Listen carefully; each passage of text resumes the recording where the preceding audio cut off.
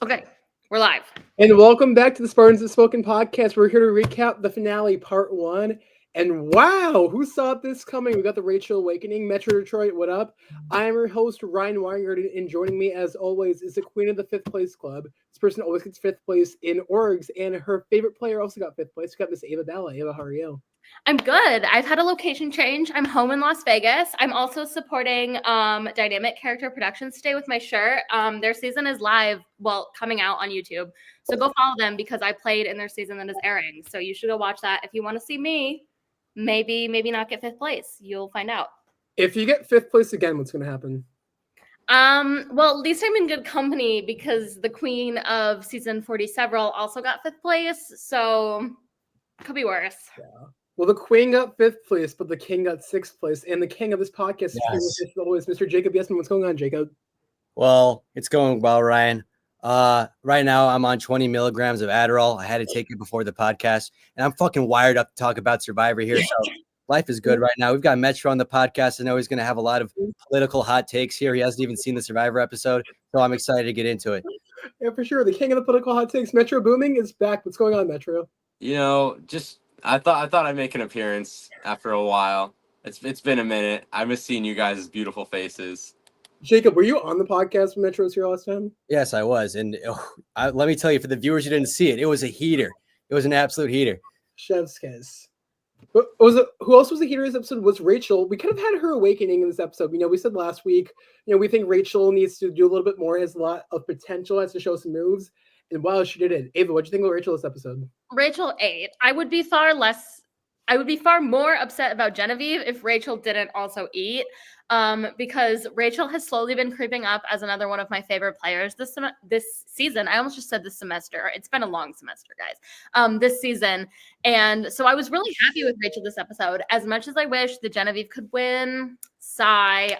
If Rachel wins, I will be just almost as happy as if Genevieve won. But I think Rachel ate it up, left no crumbs this episode, and provided she can make it past the final four vote / fire making, etc. I think she deserves to win this season.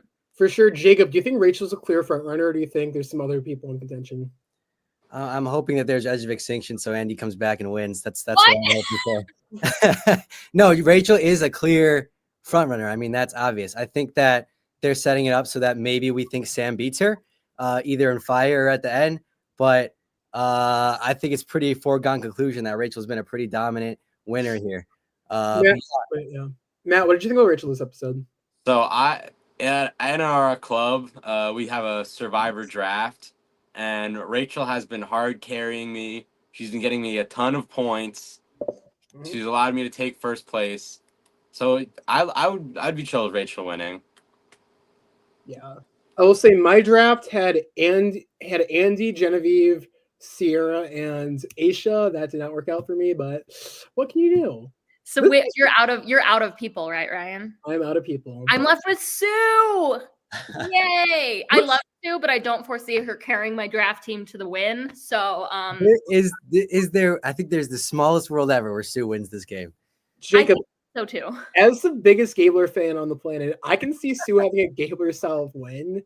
I still think if Rachel's on the final tribal, it's kind of anyone's game. I think a lot of people just think it's going to be Sam, but hey, who knows what's going to happen? We have a question from our lovely fan and friend, Christian Chorky. Shout out, Christian. He says, if there was a final four vote this season, do we think it would tie? I don't know. It is a really good question. Depends on who wins immunity, but I think it would be 3-1 Rachel. Unless she wins, then. Right. If she wins, then who would she want out? Sam, I guess. Yeah. She should want Sam out. I guess Sue and Teeny would want Sam out too, though, don't you think? Yeah. I think so. For sure. I think it is going to depend who wins. I think the two threats as of now are both Rachel and Sam. I don't think a lot of people will expect Teeny and Sue to really much get a lot of votes at the end, but hey, who knows what's going to happen? They got rid of Final Four voting. I'm not a big fan of that, but hey, fire making is going to be next episode. Yeah, exactly. Let's just start off with the episode. We outburst in Italy happens. We lose to Great Caroline. Yep, they all just take their target now. Rachel. You'd expect maybe Andy, Genevieve, and Sam. No, they all just target Rachel. Why do you think the three of them did not get targeted on this round? And why do you think they just all went for Rachel at the final 6 rounds? Well, something that was really interesting was how much they were in game mode immediately after the tribal council. I thought that the beginning of this episode was the most, even though the whole episode was really good, the first whatever 10 minutes of this episode was the most exciting part of the episode. I thought it was so much fun to watch Genevieve, Andy, and Sam also elaborate on their lie by saying that Andy was barely in on it. It was all luck. And Teeny fell for it immediately. Poor Teeny, who is the punching bag of the season, just falls for another lie. And that was so interesting to watch because usually after a tribal council, most people just kind of like rehash everything and they're not in game mode, but they were in game mode this time. And then we get to see Rachel pull off a nighttime Tony Vlacho spy shack and listen in on their entire conversation.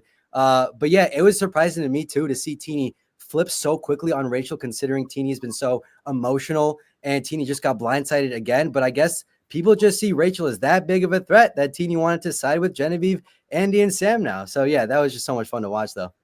I think Rachel deciding, instead of being like, well, they all went off and talked and I am just cooked, so I'm just going to sit here and wallow. Rachel said, no, I'm going to take matters into my own hands. I'm going to listen to what they're saying and figure out, because she knew I have a block vote and I have an idol. Like, she could very easily manipulate the vote with those two things. And listening in on that conversation, I think she probably would have figured out throughout the next day that she was the target. Well, obviously Andy was like, I'm voting for you. But I think her having the like forward like knowledge that people were coming after her by listening in on that conversation allowed her to really like spend the time to figure out exactly the best path forward. And I think that really shows her game sense to be like, well, I might be screwed, but at least I'm going to go listen to their conversation to find out if I'm screwed. And I think that was really smart of her. Yeah, for sure. Definitely some self-arrest in Rachel. Metro, I'm just kind of curious, like, what's your opinion on how to handle the situation? Let's say you make a massive blindside, a bunch of the tribes left out of the vote, the three of them were able to get Teeny back on their side. How in this game do you approach getting people on your side after blindsiding them? I mean, it's really a delicate process. You can either go and basically lie to their face and say, oh, I wasn't in on this, I didn't know about it, yada, stuff like that. Or you just try and be truthful with them. If you're truthful with them, then I think there's a higher chance of them working with you because there's that truth behind it. But it's all dependent on who you're talking to and what blindside has just happened. Yeah, for sure. Even though the vote really didn't matter because the idol was played, the first idol play we've had, I believe, in a while, right? Since Gabe played his idol? Well, I think they played the triple idol on Teeny. Oh, wait. Yeah, the friendship idol, the friendship amulet. Rome had a one-dot tribal idol too. That is true, yeah. What a classic idol scene. The first real, actual successful idol play we've had in a while. Definitely was something which was a shocking vote, but do we think Teeny made the right decision automatically siding with the three of them? Or she would have been better just saying, Rachel and Sue, I'm with you through the entire game, let's stick together at the end. Do you think she made the right move by flipping over? Like, what do we think? Like, assuming the idol wasn't in play, do we think she made the right decision? I think Teeny was screwed either way. So, but I think Teeny actually, ultimately, in my opinion, made the wrong decision because if Teeny stuck with Rachel and Sue and allowed Genevieve to be on the jury and maybe got Rachel on the jury, Teeny would have been better able to pitch their case as a loyal ally and somebody who went to bat for their alliance members and someone who was friendly. Now it's just like Teeny is just going wherever and getting blindsided wherever she goes. So I think Teeny should have stuck with her guns with Rachel and Sue. Teeny also threw their vote in the next, I think it was in the next vote off in the same episode, but like Teeny's been on the wrong side of the vote like 9 out of 10 times this season. Like, they are never on the right side of the vote. And I think that is really going to come. Sorry, there's like some sort of construction.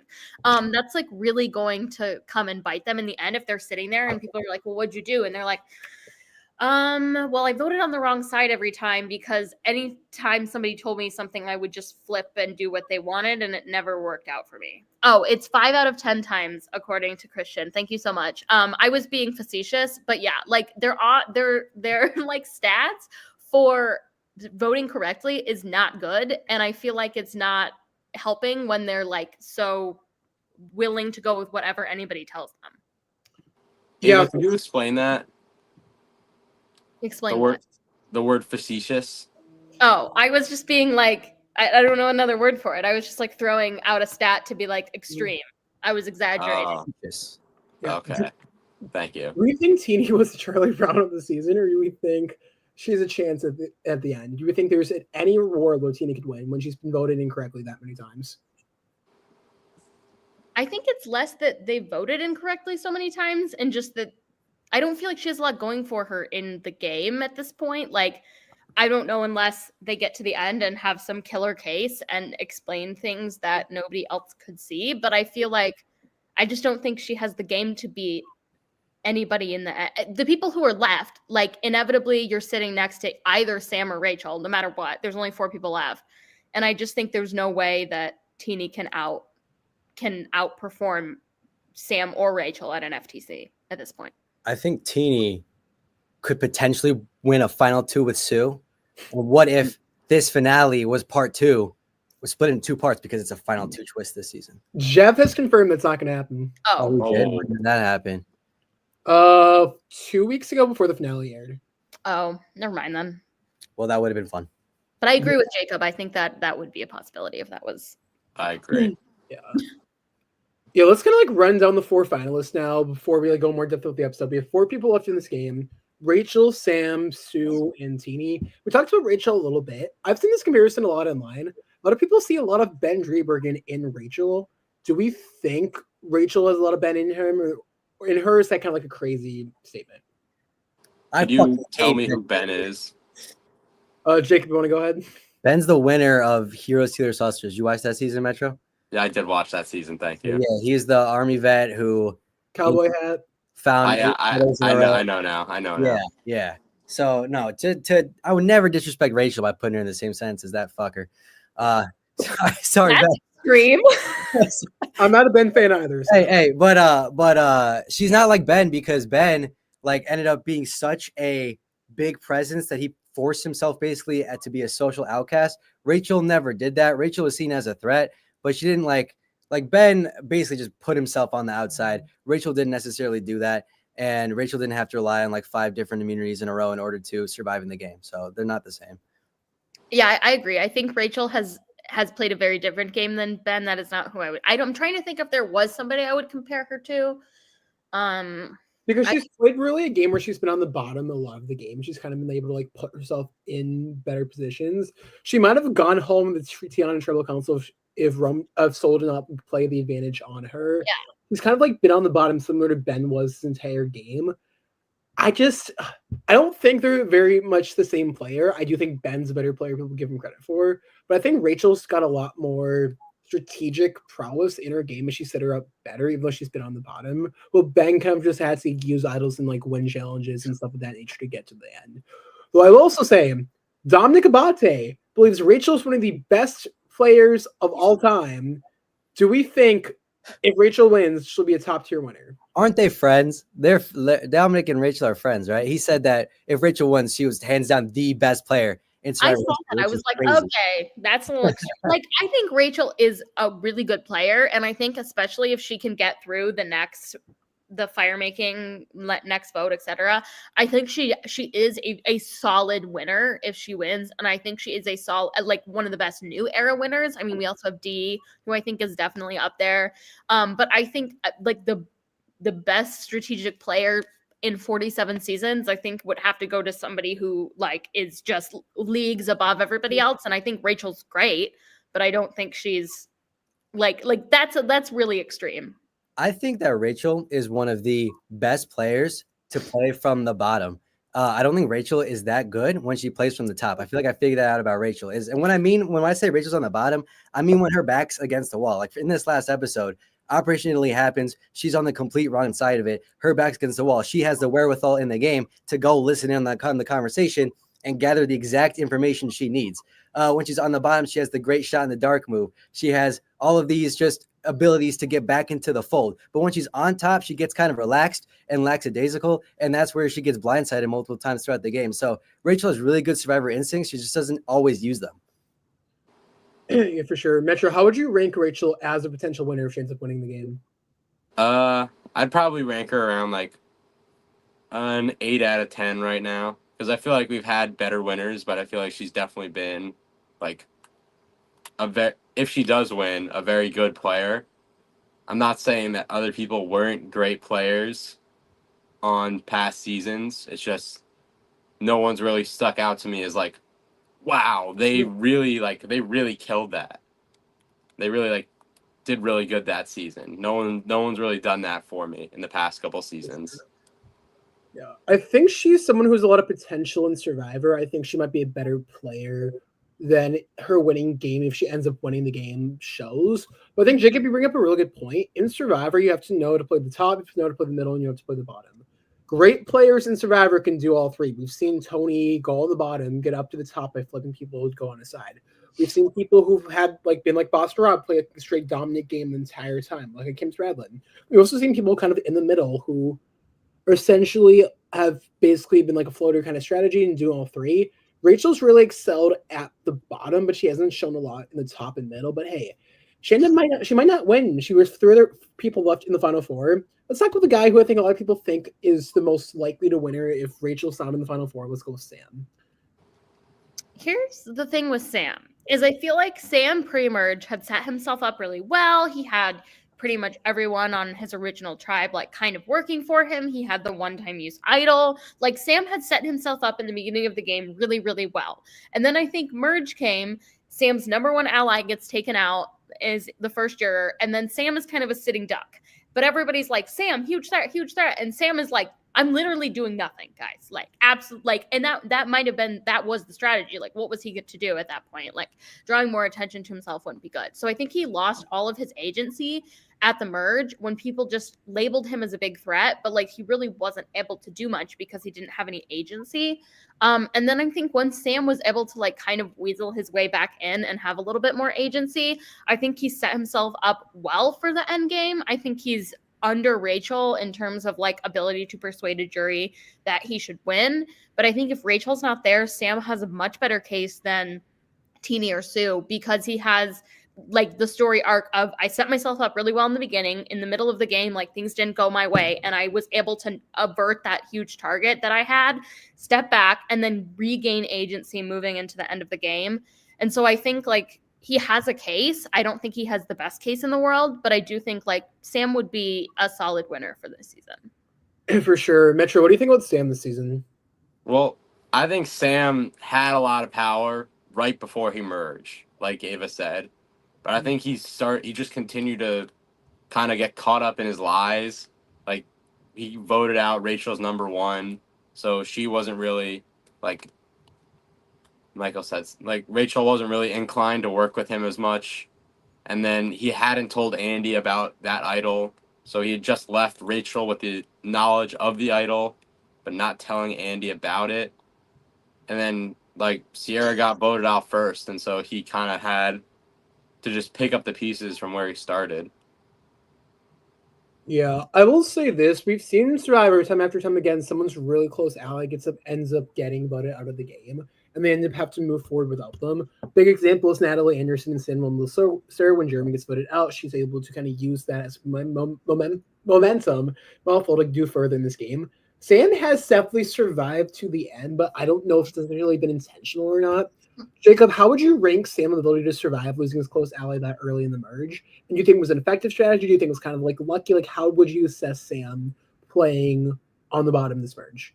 I would attest it more to luck than anything else. And that's because he comes into the merge with this huge target on his back. Him and his duo with Sierra is extremely obvious. And he gets lucky that they picked Sierra over him. And getting Sierra being blindsided was the greatest thing to happen to Sam's game, because we've seen it in the new era. After Tiffany was voted out, nobody's looking at Kenzie. Kenzie goes on to win the game. Sam had Sierra blindsided. Nobody's going to be looking at Sam anymore. He's just a dead man walking. And so I do think Sam is a good Survivor player. He's very good socially. He's charismatic. He knows the game, and he knows kind of the right things to say at the right time so that he doesn't get targeted, compared to Andy, who wants to be seen by the jury and tries to make these big flashy moves, and obviously made a mistake last episode in talking to Rachel. Sam doesn't raise his threat level in that aspect, so he's never the one to be targeted. That doesn't really give him a great case at Final Tribal because he doesn't have a ton of moves on his resume, but he does know how to just survive in advance. And if he can get to the final 3 against Sue and Teenie, I definitely think he has a better case than both of them. For sure. Metro, if Sam makes to Final Tribal Council, what's his best pitch to win the game against Sue and Teenie? I think I think he's definitely played a similar game to Kenzie, like Jacob said, but it's kind of like he's facing against people who, if Rachel doesn't go there, who didn't really play that strong of a game. So I think he needs to just say he played a good game, explain why, and be able to point out his opponent's faults. Yeah. And I feel like most people wouldn't want to vote for Sue or Teeny, who've not really been in control, over Sam, who's somewhat been in control. If Sam ends up winning, how would you rank him in terms of like overall Survivor winners? Probably like a 5 or 6. I feel like he's not as good as Rachel, but he's still actually a 6 or 7. 6 or 7. I need to see the speech first. Yeah, that's fair. Ava, as a self-proclaimed theater kid, how would you feel if a theater kid won the Survivor? Okay, Sam saying he's a theater kid, like, Sam probably did like one musical in middle school and was like, yeah, I'm a theater kid. Like, Actually, if you watch episode 1, there's pics from Sam in high school theater on the episode. Okay, so he's done some more theater, but like in my head, like yeah, you can be a theater kid, but like there's a difference between like sometimes doing theater and like theater is my whole life. Like that's so I don't know. I mean, I like Sam. I think Sam would be a good winner. I think, is he the best winner? No. Is he the best representation of this season? No. But if he gets to the end and if he's there with Sue and Teeny, I think a lot of the jury, Sam could sit there and twiddle his thumbs, and I think a lot of the jury would vote for Sam over Teeny and Sue. Whether that's a good thing or not, I don't know. But if Sam gets to the end, I do think he did make himself, he diminished his target when he needed to. And I do think some of that was luck of they picked Sierra over Sam to get out at the merge boot. I don't know how much he did to adjust that. Probably not much. It just is how it shook out. But I do think he adjusted his target well after that happened, to not be targeted, to have Kyle and Gabe and Genevieve all go before him.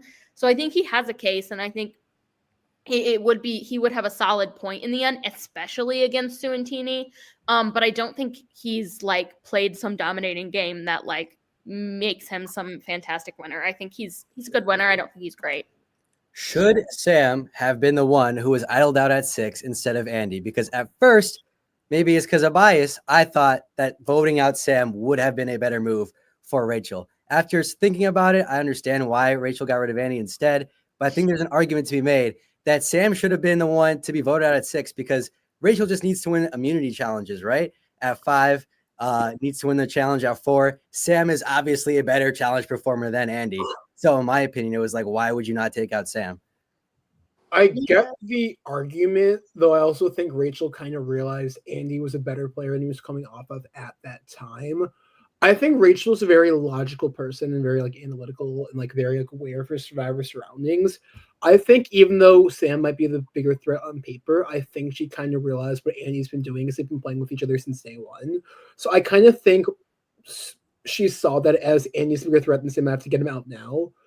But I understand from like the Survivor lens, if you're not really aware of that, you're being on an island, seeing Sam as like guy just looks like a threat, wanting him out instead. So definitely makes sense. I think that also Andy's like plea to Rachel of like why, when he was like explaining his game and how he thinks he would do really well in a jury vote, I think Rachel was like, I think Rachel might have been a little annoyed, and that played into it, because I would be like, bro, like leave me alone. Like she knows she's not going home, but like he thinks she's going home. So like under what circumstance is that strategy good to be like, I'm really sorry I have to vote you out, but here's why I'm great. Like if I was Rachel, I would be 1, annoyed, and 2, I don't know that her annoyance, if she was annoyed, went into the vote at all. But I think her being like, well, he makes some good points that maybe he does have a case in the end in comparison to me personally, as I'm Rachel, like in comparison to Rachel personally, like she might be like, well, he might be able to have a case that's different than mine, and I think I can go up against Sam better. So I think ultimately, like, that's kind of what swayed her decision, was the way, like, he was kind of pitching himself, and her, like, brain going, well, maybe he does have a very different case than me, and I don't think she thinks Sam has a different case than her. And I think that might be why, more so than challenges, was more so, like, who she thought if she was sitting next to one or the other in the end, who her case personally could go against. So I wrote down a name on a piece of paper when you three of you were talking. Sam actually reminds me a lot of this like one-time Survivor player. Any guesses who this player is? Let's just go down the line. Any one-time player in Survivor history? Yes, they played one time, did not play again. Sam reminds me a lot of him. I have no idea. Him? Yes, it's a guy. Uh, Let me think. I will say they placed fourth. Rodney? Okay, Ava, any guesses? Rodney. No, I have none. I was gonna say Spencer, but Spencer played more than once. Shut Wait. Oh, did you say it? What is it? Eddie Fox from Survivor Caramel. Eddie Fox. I see it a little bit. They look I just similar. look at very similar case as Sam, obviously different circumstance. Eddie was on the season with Reynolds and Malcolm, 3-3 amigos, very close the entire time. Malcolm and Reynolds go out, so Eddie's just there and uses his social game to make it that far in the end. So obviously Cochran won the final four immediately, so he was safe. But there was a very good chance Eddie would have ended up winning the season if it was him, Dawn, and Sherry at the end. I kind of see that a lot in Sam. Sam's a guy who even said his opening confessional of the season, I'm a wolf in wolf's clothing. That just shows he is going to be a threat no matter what. He's a nice, strategic, likable guy who's physically good at challenges. He's a lot of just natural charisma about him. He's going to appear he's a bigger threat than he actually is in this game. Because if you look at statistically what he's done, it's not been a lot. But similar to Eddie, kind of just like looks apart and like it's very likable. So if it's in the end with the right people, obviously in my case, I think Sue and Tina are kind of similar to Dawn and Sherry. Could work. Could be pretty similar. Yeah. We're interested to see what happens if Rachel loses fire and Sam makes final tribal. But let's move on to Michael Wright's favorite player. We got the pilot, Sue, who if Sue wins this season, she'll officially replace Bob Crowley as the oldest person to win Survivor by the time of age. No, she's only 45. Sue, I cannot wait for her to reveal her age at Final Tribal. Literally, everyone who's got out of the game has said that they knew that Sue wasn't 45. So it's going to be like her thinking it's some big bomb drop, and she literally looks 80. Damn. Yeah, that's a little extreme. She looks. I'm sorry. Some people look good for their age, some people don't. Hey, it's not a big deal. I don't judge you for it, but she doesn't look 45 at all. You would think like the smoke and like the mud on her face would like make her look younger, but hey. No, it did. Like, I don't know. What was I gonna say about her game? Oh, here's the thing with Sue.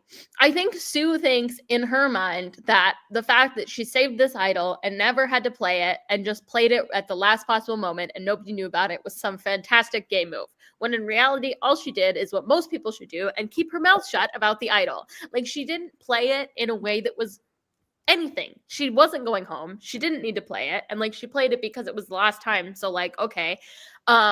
But I feel like she just like thinks that having this idol and having this protection was something really great for her. And like, yeah, it would have been if she was able to use it or if it got her any agency. But I think Sue was just kind of there a lot of the season.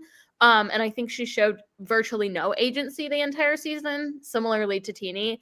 And I think that she's not going to win in the end because she doesn't have much to show for her game. Like, she did a good job of surviving, but I feel like not much else, unfortunately. Metro, how do you assess Sue in this season? Like, how do you think Sue played? Well, I haven't really been Christian does make a good point.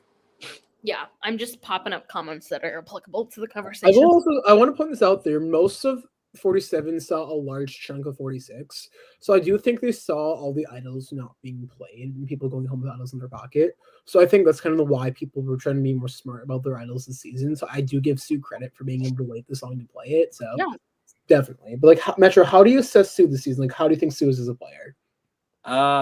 She's a player.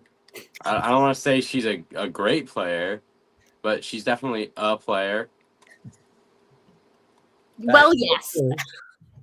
I will give her this. It's final four. She's barely been targeted a lot. She's made it this far in this game.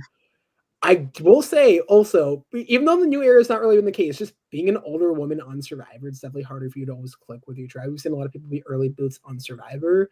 Similar to Heather, similar to Julie. She's been able to make it far in the game, have a deep run, could be consideration a win. Well, I'm just kind of curious, like this, like evolution of Survivor strategy.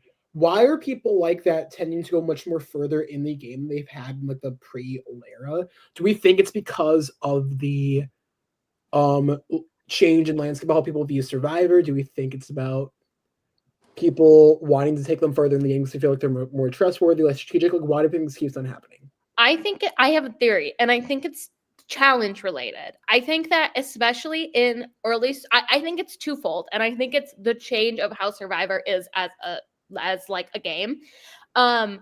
It in very new in very old Survivor, like early seasons, I think that there was a really high emphasis on challenge performance in the pre-merge, especially pre-swap when there wasn't swap, etc.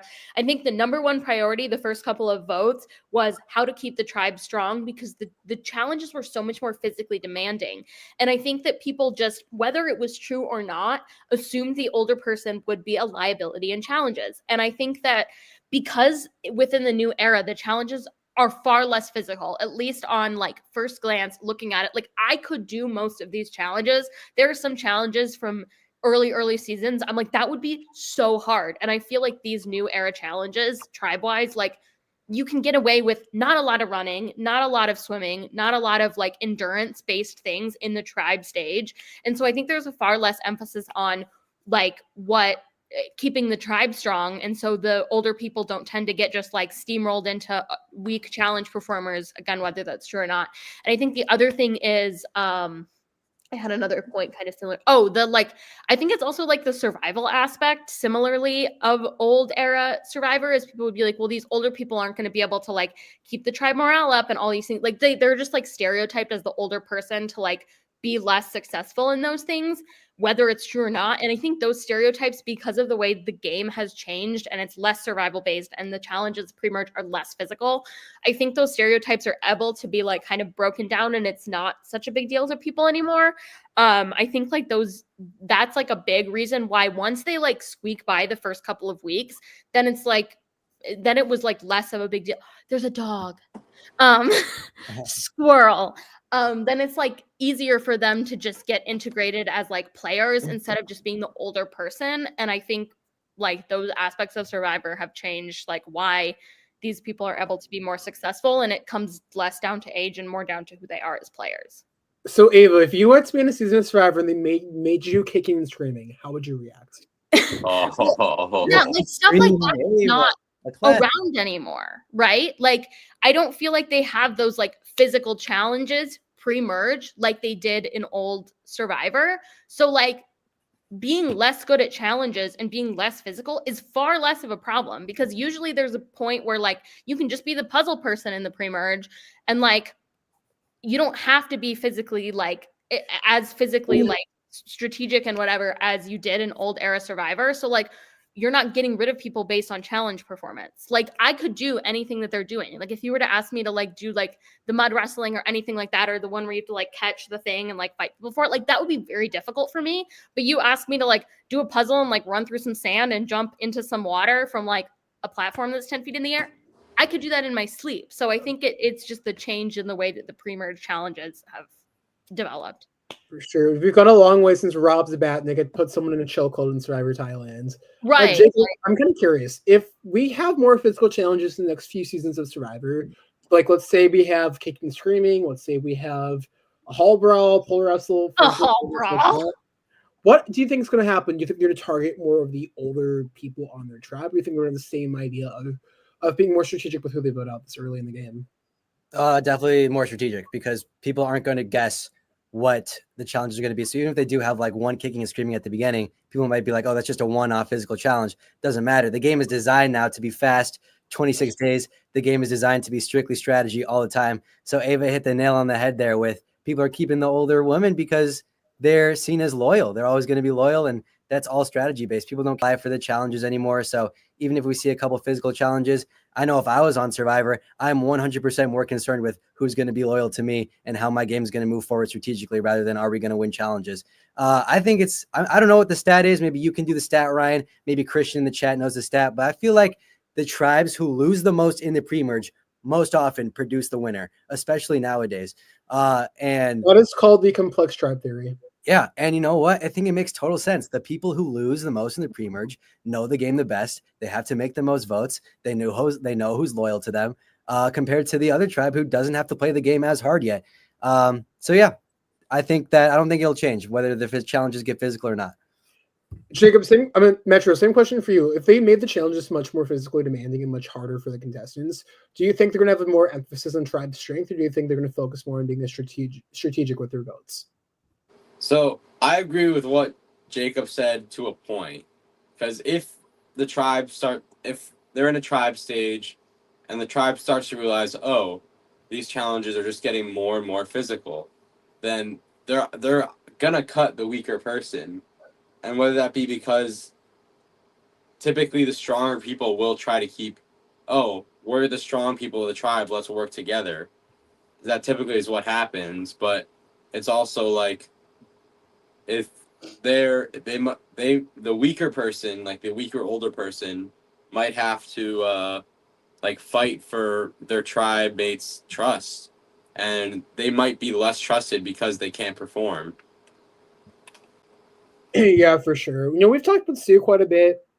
I'm just curious. Do we think being a pilot's going to help her final tribal council?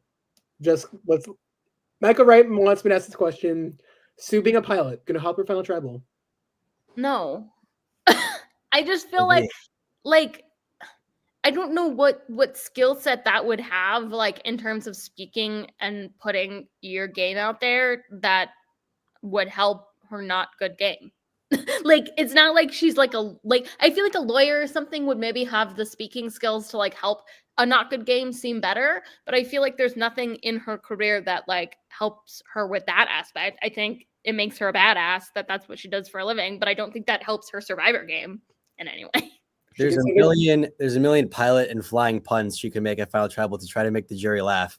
If she does that, then maybe, but she can stick the That's okay for one. Metro, hold on. I'm distracted. Metro, are you in New Jersey? Yeah. This reminds me of when I interviewed you for MC Survivor and had you scream. Can you scream for the fans, please? I don't want to right now. My dog's kind of just chilling right now. I got you. What's the dog's name? This is Hazel. Hazel, welcome to the podcast. Yeah. Hazel. First ever animal on the Survivor podcast. Exactly. Hey, it could happen. Thank you, Michael Wright, for this. What is Sue's winning strategy? How can Sue present her case to the jury that she played the best game? I still think she has something in her based on who's on the jury. What do we think Sue's best argument is to win the game? Loyalty, I guess. I think that would be her best thing because she has Caroline on the jury, she has Kyle on the jury, she has Gabe on the jury. I think her like loyalty to, is it Tuku? I think like that kind of strategy of like trying to keep people together like might amount to something, but I feel like compared to Sam and Rachel, one of which will be sitting at the end unless there's some crazy final two something or other, I don't think she has the game to win. Jacob, what do you think? Yeah, I think Sue would have to preach loyalty. I don't think Sue is that terrible of a Survivor player. She hasn't done anything, so that's why she's not going to win. She's literally just been kind of sitting there, but she has been a key part in the Tuku alliance, somewhat, succeeding. She helped Rachel pull off an idol play, didn't tell anybody about Rachel's idol. Like, Sue knows how to have moves pulled off. She just isn't the one to orchestrate them. So if Sue can be like, you know what, I was in the majority for most of the game because the Gabe and Caroline votes are the only votes she was left out of. If she can be like, I stayed in the majority, no matter where I was in the game, I was able to, survive and get people who I voted for to be voted out of the game, then maybe she can show a little bit of strategic agency and maybe people will be a little bit bitter to whoever she's sitting next to and she can win the game. Let's actually run through the jury. I think she has a lot of people who could vote for her. She has a very good relationship with Caroline. If Rachel's in the jury, I can see a scenario in which Rachel does vote for her. Her and Gabe have a really strong relationship. That's 3 votes. Mm-hmm. One more, that'd be 4, which would be a tie. It could happen. It could happen. So if she's sitting next to Sam and Teeny, you're saying, right? Yeah. Sam and Teeny at the end, Rachel's out. Assuming, let's say, Rachel votes for her, Caroline votes for her, Gabe votes for her. One more vote. Who would that 4th vote need to be? Who do you think it's most likely to be? It's not Sierra. Not Sierra. Sierra. I don't think it's Genevieve. I I don't think it's agree. Saul either. I don't think Saul would do it. I don't think it's Andy, so she might be toast. Who's the last one? There's one more, right? Kyle. Would I Kyle just- No. after all that, would Kyle turn I around? don't know the beef between the two of them though. Is it a one-sided beef or do It we was think- a one-sided beef. Yeah. I don't think Kyle would vote for Sue at all, though. If No. Kyle votes for Sue, I think that might be the most shocking moment of the season. Yeah. I don't think she gets the votes because I do see a world where she gets Gabe and Caroline's vote. I don't think she gets no votes in any situation, but I just don't see a world where she gets enough votes to win. For sure. Let's move on to Teeny. Oh, Metro, what do you think on Teeny this season? She's from New Jersey. Hey, there you go. well, that's something, isn't it? Besides being from Jersey, how would we evaluate her as a Survivor player? I would not say the best. Voting 5 out of 10 correct is not a great statistic to have. She could explain it saying, "Oh, I meant to do this," but I don't think she did. She did. So I think her game might be screwed unless she can make some really big moves in the next 2 to 1 vote. AKA one vote. It's Which- too little too late for TD, I fear. If I think- Teeny wins immunity and then gives it up to beat Rachel in fire making, does Teeny have a chance? No. Still no. I think I just think that would be like, what are they doing? Like, I think if you're at that point in the game and you make that choice, it's so obvious that you've played such a terrible game that you're grasping at straws to do literally anything to put anything on your resume. If I was sitting on a jury and somebody did that, especially somebody like Teeny or even Sue, I would be like, wow, that person knows how little they have done in this game that they need anything to like pad their resume. I don't know that that's a respectable move. I think it's just a little silly. I think Teeny's game and her edit has been so fascinating because Teeny, since the beginning, has gotten an edit as if they're this big time player and she might win the game. Gotten a huge edit, but just keeps failing over and over again. And we never see her be the strategic mastermind that the edit says that she could be. And the thing about Teeny is it seems like Teeny is a little bit unaware that they cannot win the game. It seems like Teeny still thinks that she has a chance. And I think what the edit is showing us here is a stark contrast to Kenzie last season, who was this social player. Kenzie didn't play this great strategic game, but won based off of social connections. And that's what Teeny is trying to do. And the editors are showing us a contrast of that succeeding for Kenzie and that completely failing for Teeny. So you can't just win Survivor by being likable. You have to have some sort of game along with it. And Teeny has failed to have the game along with it. Hey, Yeah, I like Teeny. I it's not that I don't like them. I just think that their game does not show for a winning game. And I agree with what you're saying. I think Kenzie, though she was like pegged as this like really big social player and that's why she won and it was all about social connections, Kenzie also had a really good game sense. And I think that Teeny does not have that game sense. I think everybody likes Teeny. I think people want to see Teeny succeed.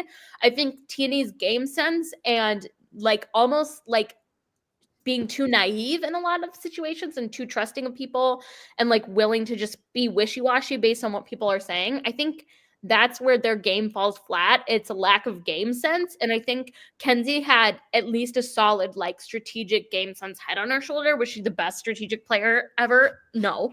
But I do think that there was at least something going for Kenzie game sense wise that Teeny is just lacking. And I think it's not even necessarily entirely their fault. But I think that there's like a disconnect in that game. And I think that's why I don't think Teeny has a shot at this point, honestly. Teeny this episode was a very underrated moment, spilling the beans to who That else was was there? crazy. While drinking wine. The That was- fact that Genevieve had the idol, which That was insane. all-time moment. That shows when you have a reward in Survivor, do not drink the wine. It can be dangerous for you. That would be so bad for me. I would be drunk for sure. Yeah, I don't know. I feel like I think it would have been so funny if it would have been so Genevieve never would have done this and it would have been so dumb. But like if Genevieve was like just pissed that Teeny did that, like even though realistically for Genevieve was like, this is fine. Like it actually is better for me. I think it would have been funny if Genevieve just like flipped out on Teeny and was like, "Are you kidding me?" Like just for kicks and giggles. But Genevieve's too level-headed for that. But I think it would be really funny. Genevieve's already put Teeny in the dirt too many times. I don't think she needs to do all that. Fun Survivor trivia. Which Survivor player got in trouble by production for being drunk at a tribal council? Johnny Fairplay. That is correct. Wait, what? Repeat that. Which Survivor player got in trouble by production for being drunk at tribal council? How was he drunk at tribal council? He had alcohol from a reward, so he shows up in Pearl Islands drunk out of his mind. Oh, Probst was pissed at Fairplay. Hey, it happens. that's crazy. I didn't know that at all. I've never heard that story. And in more recent Survivor, Matthew Metric is also an answer to that question. For now. Not ad by this here MSU host. Let's go talk more about the episode then. So I think the conclusion is we all think Rachel has the best chance, then Sam, very slim chance for Sue, and 0% chance for Teeny, right? I guess, yeah. I don't know about 0% chance anything can happen, but I do think the odds are bad. Yeah, so let's circle into the episode. Obviously, Genevieve wins the award. She's a Sue and Teeny on the award with her. So essentially, it just seems like an obvious vote up for Rachel. But Rachel has something up her sleeve. She plays both her advantage blocking Sam's vote as well as playing her idol on herself, negating 3 votes for her. And her and Sue end up voting Andy, so Andy's out of the game. Let's pour one out for Andy. All-time character. I think he was the star of the season. He's gonna be on season 50. He's a lock. He's a lock for 50. I think he's hosting the podcast this season with Jeff Probst. That's Yeah, goofy. maybe. Yeah, he could be for sure. Him. We gotta have all just the crazy people. Him. Rome. Who is the big guy on Fans vs Favorites? Oh, Shamar. Shamar. Philip Shepard, obviously. What a name drop, Shamar. I forgot about Shamar. Shamar and Eddie Fox both mentioned on the same podcast in 2024. That's crazy. Yeah, but do we think that was the right move by Rachel and Sue to both A, play the idol, and B, use the advantage? Because why not try to pull in Teeny, get rid of one of Sam's vote, they'd have a 3-2 majority. Rachel could save the idol for Final 5. Do we think it was a smart move, or do we think Teeny was just so far gone? I think Teeny was so far gone. I think at that point, Rachel has been around Teeny long enough to know how emotional of a player they are, and that once Teeny has pendulum swung in the other direction, I don't think there's any getting Teeny reined back in to be like, Teeny, this is what we need to do. Let's look straight ahead and focus for a second. I think that Rachel had come to the conclusion that Teeny was too far gone and just didn't want to risk that she would go home with an idol in her pocket. And I think while if she hadn't won immunity at Final 5, I think she would have been in trouble. With no idol and no immunity and not a lot of hope left in the game. I think she did what she had to do to survive that round, and each round is a new opportunity. And Rachel saw how wishy-washy and pendulum swinging, I don't know, I keep using that, Teeny was, and thought, well, maybe if I get through this round, then I can somehow rein Teeny back in. So I think she did what she had to do. Yeah, down there. What? What are you laughing at? Nothing. Jacob, do you think it was a right move by Rachel, or do you think she should have tried getting Teeny on her side? Well, I think Rachel tried to get Andy on her side, and Andy was somewhat considering flipping and voting for Sam. And I think that there's something to be said that Andy should have done that, and should have actually flipped and worked with Rachel again, because Andy needs to show the jury that he has strategic agency. And if he can do that and then get Genevieve out at 5, get Rachel out at 4, then Andy probably pretty easily wins the game against Sue and Teeny. But Andy got comfortable and told Rachel everything, and that's why Andy was voted out of the game. But I don't think Rachel should have tried to save her idol. I think it was a pretty desperate situation for Rachel, and she had to play the idol no matter what. And obviously her block of vote was only good till Final 6, so she had to use that too. Andy telling Rachel, Andy spilling the beans about his entire game and just being completely annoying to Rachel on his way out of the door. Andy just had to show everybody that day one Andy was still in there somewhere. And I just think that his ending to his game was so poetic, because he's seeking for validation the entire game, and he finally oversells it to the point where it literally knocks him out of the game. I don't know if you guys have seen Breaking Bad, but to me, this scene reminds me so much of when Walter White and Hank are eating dinner, And Hank thinks that he found out who Heisenberg is, who the meth addict is. And Hank doesn't realize it's Walter White. But Walter White's ego is so big that he has to let Hank know that it might still be out there one day. And that causes Hank to catch Walter White. And his ego just got too big. His need for validation got too big that he literally told Rachel to her face everything about his game and why he deserves to win. And he was playing a game at Ponderosa when they weren't even at Ponderosa. Basically, Andy is the Survivor version of Walter White, but the failed version. That is a wild thing. Wait, I need to interrupt. I need to interrupt that point right there, just to shout out my really good friend Nate Murray. Beat me to it. Shout out Nate Murray. Wow, Walter White and Andy in the same sentence. Who would have thought? That's crazy. But yes. But why do we think Andy stayed with Genevieve and Sam for that round? Like, why not take them out in the situation? I don't know. At this point, Yes, yes, what? I agree. You agree with I don't know? Yes. Okay, great. It makes no sense for Andy to take those two big threats in the final five with him. Why not get rid of one of them out now, one of them out at final four, get Rachel out and fire, and have it end with you, Sue, and Teeny? Like, that seems like the best case scenario, and he could have easily done that. Because I don't think Andy has the big picture in mind. I think that was Andy's problem. Like a lot of the game was that he was missing big picture, aerial view of what was going on, and was kind of very focused on what can I do in the next 20 minutes that will better me? I think that's where he floundered as a player. Was he was missing and it's hard. It is very hard to step back and see the full picture. I'm not saying really easy thing, very difficult thing, but I think that is where Andy blew it. Was he had a what will better me in the next 20 minutes mentality, and not what will better me to get to the final three and win mentality. Yeah. Also, when Rachel played the idol, she had a classic, you know what, Jeff? I think it was an all-time playing an idol move, saying only what's that? She said something. I can't quote exactly, but the only thing better than attending your own funeral is knowing you're gonna wake up the next morning. Hey, that was hard bar. Let's kiss. It was great. It was a great moment for sure. So obviously, R.I.P. Andy. Nate Murray's favorite player. Player. Good job, Nate. I'm glad you picked the right person. Yeah, for sure. And luckily, Rachel somehow managed to win Final Five immunity. Wow. That was crazy. That was a clutch win for her. It would have been really that too. But also Genevieve at 6. It would have been Genevieve if Genevieve didn't win the immunity at 6. Yeah. She would have followed that Genevieve for sure, I think. Yeah, I agree. So this episode, we kind of got the start of the official Survivor editing mantra of the rivalry between Genevieve and Rachel.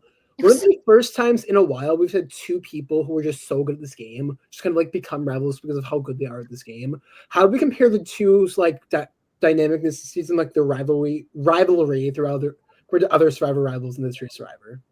I loved it because the thing with the two of them was they were not nasty to each other. They weren't wow, you sound I feel like a lot of rivalries are two terrible players who are just screaming at each other for the sake of who said that?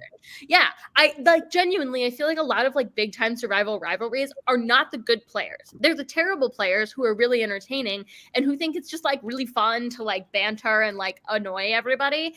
I think this rivalry was so deeply rooted in the fact that they both had such good, similar games that they couldn't possibly take each other to the end. They're both too smart and too they have too much game sense to look at each other and go, I'm going to take you to the end. And I think the rivalry genuinely grew out of we are playing such good, similar games that there's not a possibility for us to work in tandem. We have to intersect, and one of us has to prevail over this. And so I think the editing was really great. I think the rivalry was really great. The fact that we didn't get to see them, I feel like the editing could have progressed that rivalry better, in past episodes, because I feel like it was there. It just wasn't at the forefront of the editing. But I really enjoyed it. And I feel I'd love to see two badass women, they very much respected each other and were very this is game and this is why this is happening. And it wasn't nasty, petty jabs, for the sake of just arguing. It was this is where we're at right now, and it has to happen this way. Yeah, for sure. So essentially becomes either Genevieve or Sam. Sam kind of, makes it his best case possible, tells everyone in this cast, including Teeny, Genevieve's idol is fake. Why do we think it was able to work for this long in this game? We've seen fake idols usually not been able to work. Metro, why do you think this fake idol without and it's saying this is a real idol was able to work for this long? I think probably because people just believe Genevieve. People thought that, I guess it also helped that Rachel wasn't telling anybody about her idol. So people had thought, she must just have the idol. No, then there's not a possibility that no one else has it because no one else has played it yet. And probably because of what they saw in Survivor 36, or was it 46? 46, yeah. Oh. What they saw in Survivor 46 where everybody instantly played their idol. I think that everybody thought that it just was real. I think there was a lot of question marks surrounding the idols this season of where they were, who had them, what was going on. That the confusion around the idols helped her. That happenstance really helped her case of there was nobody else who was wait, but we already know there's all these other idols out there. Rachel has one and Sue has one, so how do you have one also when idols have been played? I think there was so much question mark about who had what and where it was coming from and what was going on that the confusion, everybody was spiraling in a confusion that her just telling people, look, this is what's going on, was able to shine through the confusion and really cement something. I also think Teeny did her a huge solid with the drunk spill. I think that Teeny really solidified that moment, and unintentionally and by happenstance, I think Genevieve's lie worked for a lot of outside factors, but I do think she's a good liar and is really good in the game to be able to do that. But I think a lot of outside factors also helped. Yeah. So in the episode, Sam tells Teeny the idol is fake, and Teeny still works with Genevieve. Who saw that one coming? Crazy. Teeny's and Genevieve's relationship doesn't make any sense. Teeny just consistently gets burned by her and then goes right back to her immediately.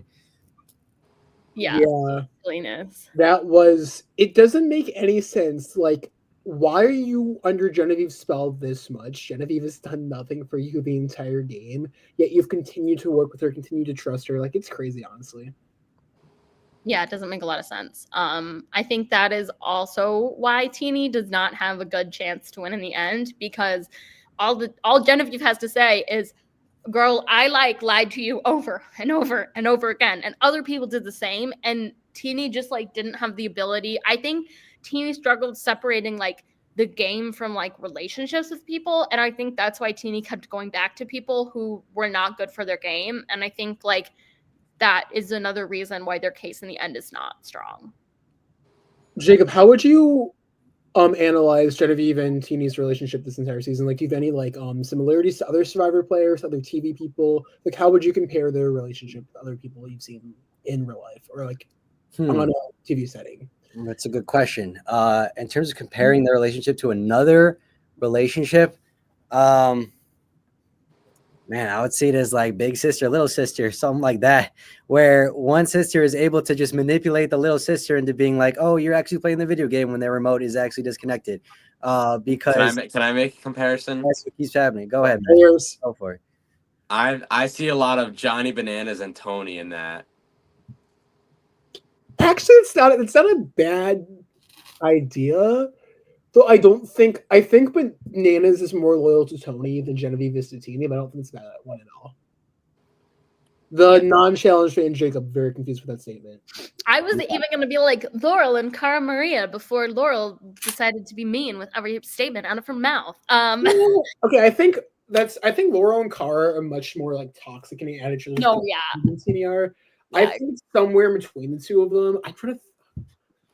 It's almost you have a crush on someone in middle school, and they obviously don't have feelings for you back, but you'll do whatever they tell you to do. It's kind of like that, basically. That's how I view it. Try to think about a TV analogy. Just imagine the middle school nerdy kid who's a big crush on the hot cheerleader. Will do whatever they say. Billy and Candace. Yes. Oh my God, Billy and Candace. That is a great one. I'm dead. Yeah. Well, the amount of Survivor references we've had on this podcast has already been crazy. Great. But Teeny somehow votes to vote out Sam, and Genevieve is voted out 3-2. Ava, how are you holding up? Not well. I was in shambles. No. I was really up. I knew it was coming. Like at first, so for not long time listeners of the podcast, I'm Genevieve's number one fan, as we can see by my name change. She was my preseason winner pick, and then she was purpled the first 3 episodes, and I was like, awesome. I have not a good winner pick because I know nothing about her. Awesome, great. And then she became like the player of the season, in my opinion. But I feel like once she ended up so solidly in like the big threats bottom people, I was like, our chances of sneaking through are pretty low.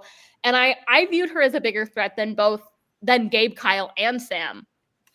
So the fact that she outlasted Gabe and Kyle, I feel like is pretty miraculous. But I do think, like, I saw it coming. If she had squeaked by and somehow made it to the end, I feel like she had an undeniable case at FTC against anybody except maybe Rachel. Like, I think Rachel could have put up a fight against Genevieve, but I feel like Genevieve steamrolls anybody else in the end from like post Saul's vote out to like the end. I don't think anybody really had the ability to beat her at that point. So like keeping her around would have been quite silly, especially for Rachel. But it was a very sad day to be Genevieve's number one fan. But I digress. I posted on Twitter for the first time in like years about it, so that really shows my loyalty to Genevieve. Yeah. I'm just kind of curious. Both Genevieve and Andy both said they want to return for Survivor 50. Jeff has said in his eyes there's just one person on the cast who should return for Survivor 50. Who do we think it is, and do we think it's either Genevieve or Andy? I think it is either Genevieve or Andy. Honestly, I think it's one of the two of them. I feel like Genevieve had a much better game than Andy, but I think that Andy has a much better story than Genevieve in terms of like from a viewer standpoint. Obviously, I'm Team Genevieve. Duh. But I do feel like Andy has an interesting case for like an All-Stars big season like that. I think Genevieve would be a better player and be able to stack up against these people better. The people who I anticipate would be playing a season like 50. But if Genevieve doesn't come back at some point, I'm going to jump off a cliff. I'm just kidding. That's really aggressive. But I will be very sad. I need her on my TV screen again. Please. If Sue wins the season, she's going to be on Survivor 50. Yeah. What? I hope Sue comes back for 50 and then tells people she's 45 again. I think that would be great. That would It's like, Sue, we saw your last season. Yeah. I don't think the winner is coming back. That's kind of my prediction. But. I think if it's Rachel, it could be. I think if it's anybody else, I don't think they're bringing Sam or Sue. I think it's 1,000,000% Andy locked up. It's not even close. I'm with No, You know who I think it could be? You know who I think it could be? Huh. Rome. It could be Rome. If Rome had not spoiled the season, I think he'd be on. Well, think did Rome actually do it? Did Rome actually spoil the season? I'm telling you, he did. I saw the video. All right, cool. Well, then I think, guess not. I think Rome has caused a lot of like postseason production like problems that I think that production is like probably steering away from that. And Wait, I think what did that he do? he spoiled basically the boot order. He made a rap on a podcast and said the boot order, so people figured out who the boot order was. But he also kept on calling Kyle a horrible person because he called Sue and Caroline Tweedledee and Tweedledum. Yeah, it was a little extensive. And he's been fighting with people on Twitter for the last month. 24/7, like Rome, take a chill pill. Like, calm down. Yeah, him and Gabe got into it pretty heavily. Everybody take a chill pill, but Rome, I feel like in particular, needs to take that advice to heart. Yeah, it should be interesting. Metro, you're the gambling chair of Survivor MSU. Oh, no, Let's make some. Wait. I've officially switched roles. Oh, Right. good.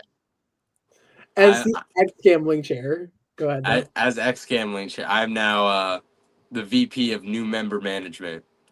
Good. Wow. Okay. Who's the president of new member management? There's one. It's like Can I have I'm the then? president of new member management, but I'm not like the president of the club. I can't take that away from Ava. Okay. So what's your main role as new member manager? Managing the new members. Okay. It's really straightforward role, actually. It's quite literally in the name. How do you do Ava that? comes up with all the ideas. I just follow through. I'm Ava, just what's your best idea so far? best what? Idea so far. Oh, that can't be said on Nah, here. I can't tell you. Ava, who is the cast for season 6 of MSU Survivor? It's me, actually. I'm coming back in 20 forms and gonna play against myself. Biggest twist of all time. Yeah, it's just I me. guess then, Metro, what are some odds for the finale? Do you want to make some parlays on the spot? Like, what do you think is going to happen on the? So I think we got percentages? Rachel is probably minus 500. I think probably Sam is about plus 750. Okay. I think Teeny's probably plus 1250, and then Sue is plus 1500. Cool. Sorry to all the Sue fans out there. Over under 5.5 times Sue mentions her age. I think under. I think she's gonna say it once, and the jury's not gonna react, and then she's gonna say it. She's gonna get asked a question of something like that, and then what's it called?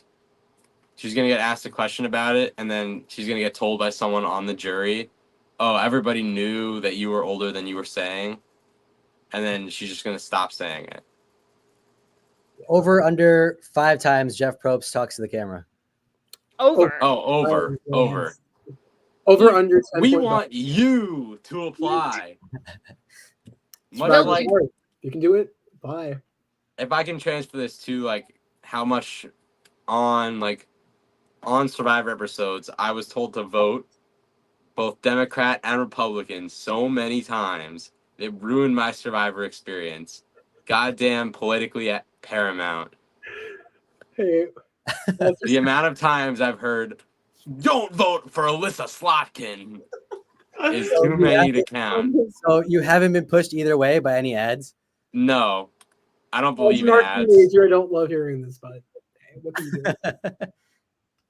I guess, do we have any final predictions for finale? Any, big hot takes for what things going to happen? Anything we want to, say right before the final episode? We better get a female winner. That's all I'm saying. This will be the longest stretch of female winners if anyone but Sam wins. Yeah, So, let a man win this game for No, once. what? Absolutely not. Sophie, Kim, Denise winning back to back to back. I have been robbed of my all women's alliance for so long. The least you can give me, CBS, is a female winner after this season of very strong female characters. If I don't get Genevieve, give me another woman, please. I'm begging you. Well, that's good because I'm almost positive it's going to be Rachel.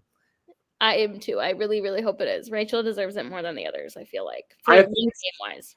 I'm telling you, I think Sue's going to win the entire series. You think Sue's going to win the season? I think it's going to go all over again. All right, that's awesome. If Sue wins it, we'll give you credit right here for this moment. I would support a Sue win, but I would support a Rachel win more. I want Rachel to win. I would love to someone who currently lives in Michigan to win Survivor. I'm telling you, I think she loses the fire, and I think Sue somehow gives a better pitch than Sam. So I agree. That's what I think is going to happen. My prediction for the finale is for the first time, we're going to see somebody give up their necklace to go to fire and lose. That would be crazy. Oh, that'd be awesome. I want that to happen, but we'll see what happens. All right. Any other final predictions for you in the episode? Not much. No. Ava will love the name change. Yeah.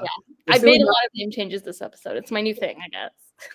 We'll see in a few days what's going to happen. We'll be here to recap the episode right after the finale. Give our first thoughts on Survivor 48. We also have a few cool upcoming podcasts coming up. Thank you so much for watching. Goodbye. Bye.